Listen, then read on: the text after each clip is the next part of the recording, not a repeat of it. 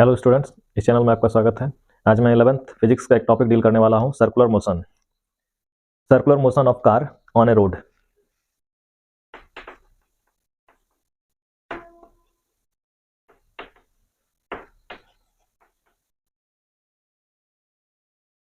पहला है on plain road, दूसरा हम लोग देखेंगे ऑन इंक्लाइन रोड। लेकिन जरूरत क्यों पड़ेगा इंक्लिनेशन का और इंक्लिनेशन क्या है उसको हम लोग देखेंगे। मोशन विदाउट फोर्स का नहीं होता है। यदि कोई मोशन यूनिफॉर्म है और उसमें एक्सेलरेशन नहीं है तो उसमें फोर्स नहीं लग रहा है। लेकिन कोई एक्सेलरेटेड मोशन है जिसमें कि फोर्स लग रहा है और उसमें एक्सेलरेशन है, तो हम लोग उसको कह सकते हैं कि वो या तो एक्सेलरेटेड है तो वन डायरेक्शन में अगर एक्सेलरेशन हो रहा है, मतलब केवल सीधी रेखा में होगा तो उसका लगातार वेलोसिटी चेंज हो रहा होगा। यदि सर्कुलर मोशन भी है तभी उसका लगातार वेलोसिटी चेंज हो रहा होगा। कोई भी एक्सेलरेटेड मोशन का वेलोसिटी लगातार चेंज होते रहता है। यदि हम रोड पे कोई कार को मूव करते हुए देखें तो ये कार इस रोड पे इस तरह का रोड को को फॉलो करते हुए अगर मूव कर रहा है, पूरा एक सर्कुलर पाथ फॉलो कर रहा है। सेंटर से इस कार का डिस्टेंस r है और जिस कार का मास है m, तो ऐसे मोशन को सर्कुलर मोशन हम कह सकते हैं। लेकिन क्या इसमें वेलोसिटी कांस्टेंट है या स्पीड कांस्टेंट है? मान लेते हैं स्पीड अगर कांस्टेंट है, स्पीड का मतलब है स्केलर क्वांटिटी। स्पीड अगर कांस्टेंट है फिर भी लगातार इसका डायरेक्शन तो चेंज हो रहा है, डिस्प्लेसमेंट का डायरेक्शन चेंज हो रहा है। डिस्प्लेसमेंट जो हो रहा है तो जो है एंगुलर डिस्प्लेसमेंट हो रहा है। इस तरह से हम कह सकते हैं कि ये एंगुलर मोशन अगर है, इसमें चारों तरफ गोल गोल अगर घूम रहा है, एंगुलर मोशन है। सर्कुलर मोशन जिसको बोल रहे हैं, एंगुलर मोशन इसको कहते हैं। जैसे कोई एंगल को कवर करता है तो उसको एंगुलर कहते हैं, एंगुलर मूवमेंट कहते हैं। जैसे यहाँ था एंगल कवर कर लिया ये, फिर और जो है यहाँ आ गया तो एंगल कवर कर लिया ये अलग है, θ1 है, ये θ2 है, फिर और इधर है तो इतना एंगुलर डिस्प्लेसमेंट कवर कर लिया, θ3। इस तरह से वो एंगल अगर कवर कर रहा है तो इसको एंगुलर मूवमेंट कहते हैं। तो सर्कुलर मोशन में एक्स एक्सिस और वाई एक्सिस होता है, लेकिन ये एक तरह का एंगुलर मूवमेंट ही है।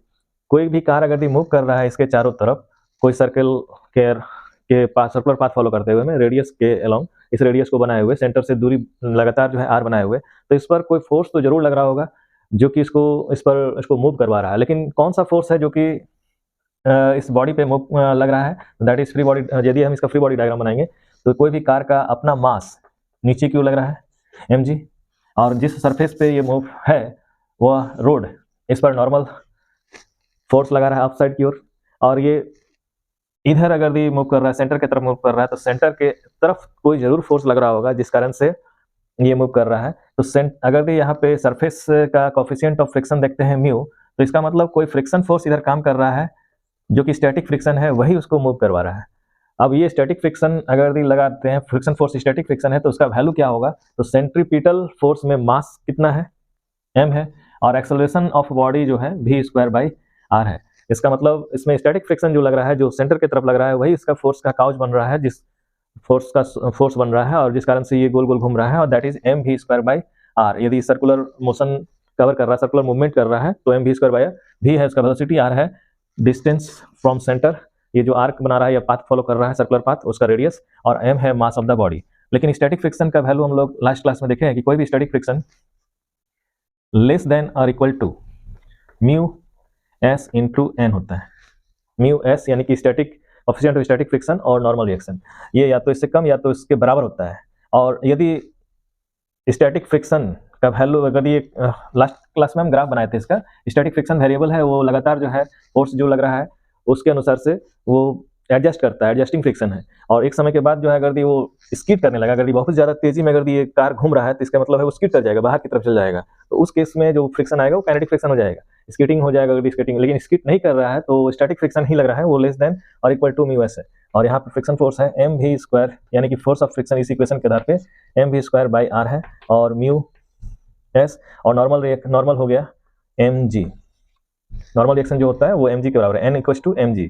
तो उस केस में m कैंसिल हो गया, और इस केस में हम लोग देखें तो v²/r = हो जाएगा म्यू एस जी, या v² अगर लिखते हैं v², यहाँ से v² हो गया म्यू एस जी आर, या v हो जाएगा अंडर रूट r को पहले लिख देते हैं r म्यू एस इंटू जी। यही वेलोसिटी है, वेलोसिटी ऑफ कार, जिस वेलोसिटी से ये मूव कर रहा है, और अगर ये मैक्सिमम स्टैटिक फ्रिक्शन तक चला जाता है, चूंकि static friction less than equal to होता है, अगर ये मैक्सिमम वैल्यू दे देंगे तो ये मैक्सिमम वेलोसिटी हो जाएगा जिस वेलोसिटी से ये कार मूव कर सकता है। उससे ज़्यादा वेलोसिटी अगर दे देंगे तो स्टैटिक फ्रिक्शन का वैल्यू तक पहुंच गया, उससे ज़्यादा अगर वेलोसिटी दे देंगे तो वो स्किड कर जाएगा, कार फेंका जाएगा सेंटर से अभी की ओर, क्योंकि अभी फोर्स जो लग रहा है वो स्टैटिक फ्रिक्शन के कारण लग रहा है, वो सेंटर की तरफ लग रहा है, दैट इज mv²/r। और यही क्वेश्चन पूछा जाता है कि क्या इसका मिनिमम मैक्सिमम वेलोसिटी होगा, यदि कोफिशिएंट ऑफ स्टैटिक फ्रिक्शन इतना है तो किसी मूविंग कार का वेलोसिटी क्या होगा, यदि प्लेन रोड पे ये मूव कर रहा है और सर्कुलर पाथ फॉलो करते हुए मूव कर रहा है तो that will be Vmax = r μs × g। Mu को पहले भी लिख सकते हैं, बाद में लिख सकते हैं, ये इक्वेशन है। इस इक्वेशन से न्यूमेरिकल भी बनता है, r का वैल्यू दिया रहेगा, स्टैटिक फ्रिक्शन का कोफिशिएंट स्टैटिक फ्रिक्शन का वैल्यू दिया रहेगा, मैक्सिमम वेलोसिटी पूछ देगा, मैक्सिमम वेलोसिटी आप निकाल सकते हैं इस फॉर्मूला से। लेकिन यदि हम इससे ज़्यादा वेलोसिटी से इस पे मूव करना चाहते हैं तब क्या करना होगा, तब थोड़ा सा रोड को इंक्लाइन कर देना होगा। यदि हम इंक्लाइन कर देते हैं इस तरह से थीटा एंगल पे, अब उस केस में इंक्लाइन अगर भी हम कर दें तो उस केस में कार यहाँ पे है और नॉर्मल रिएक्शन का डायरेक्शन थोड़ा सा चेंज हो जाएगा, क्योंकि ये जो है थीटा है तो ये थीटा हो गया, और ये है mg तो ये हो जाएगा mg cos थीटा, और ये होगा नॉर्मल रिएक्शन, ये है नॉर्मल रिएक्शन n, यानी नॉर्मल फोर्स, ये n का डायरेक्शन चेंज हो जाएगा, और इसका अगर ये थीटा है तो इसका नॉर्मल रिएक्शन अगर ये है, ये n है, और इस तरह से हम इसको थीटा अगर यहाँ कंसीडर करें, ये भी थीटा है, तो इस नॉर्मल रिएक्शन का कंपोनेंट होगा, एक इस डायरेक्शन में कंपोनेंट होगा और एक कंपोनेंट होगा इस डायरेक्शन में, जिसे यहाँ पे हम दिखा रहे हैं, ये नॉर्मल रिएक्शन है।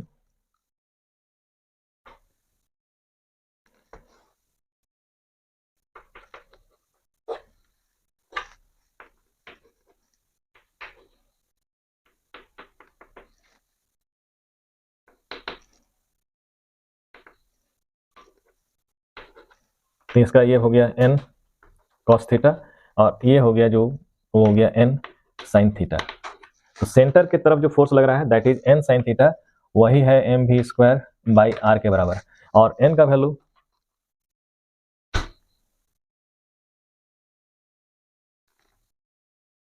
यहाँ से निकाल सकते हैं, इसका है n cos थीटा, और n cos थीटा = हो गया mg।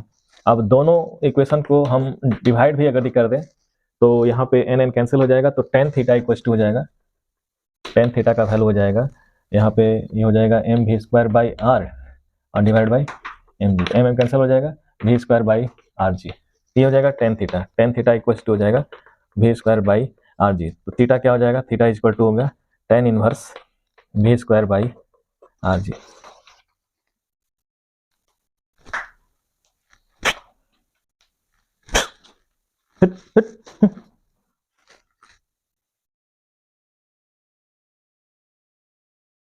तो अगेन हम एक बार फिर रिकैप करवा देते हैं। यदि कोई कार मूव कर रहा है प्लेन रोड पे और सर्कुलर मोशन फॉलो कर रहा है, सर्कुलर पाथ फॉलो कर रहा है, सर्कुलर मोशन में है, उस केस में इस पे जो मैक्सिमम वेलोसिटी हम जिससे हम मूव कर सकते हैं वो हो जाएगा r μs × g।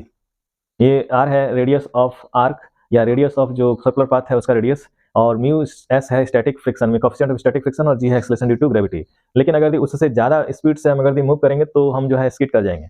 ऐसे केस में हम सरफेस को, ये जो सरफेस है प्लेन सरफेस को इंक्लाइन कर देते हैं, इंक्लिनेशन हम ले आते हैं थीटा एंगल पे, तो ये थीटा एंगल है और इस पर थीटा एंगल है, तो ये नॉर्मल रिएक्शन का डायरेक्शन हो गया, ये इसका कंपोनेंट हो गया n cos थीटा, और इसका ये कंपोनेंट है जो सेंटर की तरफ है वो n sin थीटा है। तो n sin थीटा बैलेंस करेगा mv²/r को, और n cos थीटा बैलेंस करेगा mg को, और ये दोनों इक्वेशन को डिवाइड कीजिएगा तो tan थीटा = हो जाएगा, इसको इससे डिवाइड कर देंगे तो tan theta = sin cos theta tan theta हो जाएगा, और mv²/r और mg, इसका मतलब tan theta = v²/rg, theta = tan inverse v²/rg। इस थीटा एंगल पे हम इंक्लाइन करेंगे, वो भी डिपेंड करेगा कि इंक्लिनेशन क्या है। उस केस में हम वेलोसिटी मैक्सिमम वेलोसिटी क्या ले सकते हैं, उसका रेडियस ऑफ ये जो आर्क है या रेडियस ऑफ पाथ है सर्कुलर पाथ वो, और एक्सेलरेशन ड्यू टू ग्रेविटी। यदि रेडियस ज़्यादा होगा तो हमारा जो tan थीटा का वैल्यू कम होगा, रेडियस अगर दी कम है तो tan थीटा का वैल्यू ज़्यादा होगा, यानी कि बहुत ज़्यादा डिस्टेंस लेकर के अगर मोड़ रहे हैं तो थीटा का वैल्यू कम होगा, कम इंक्लाइन रहेगा, तभी कोई दिक्कत नहीं है। और अगर बहुत तेजी में मोड़ रहे हैं, मोड़ अगर घुमावदार है, बहुत ज़्यादा घुमावदार है,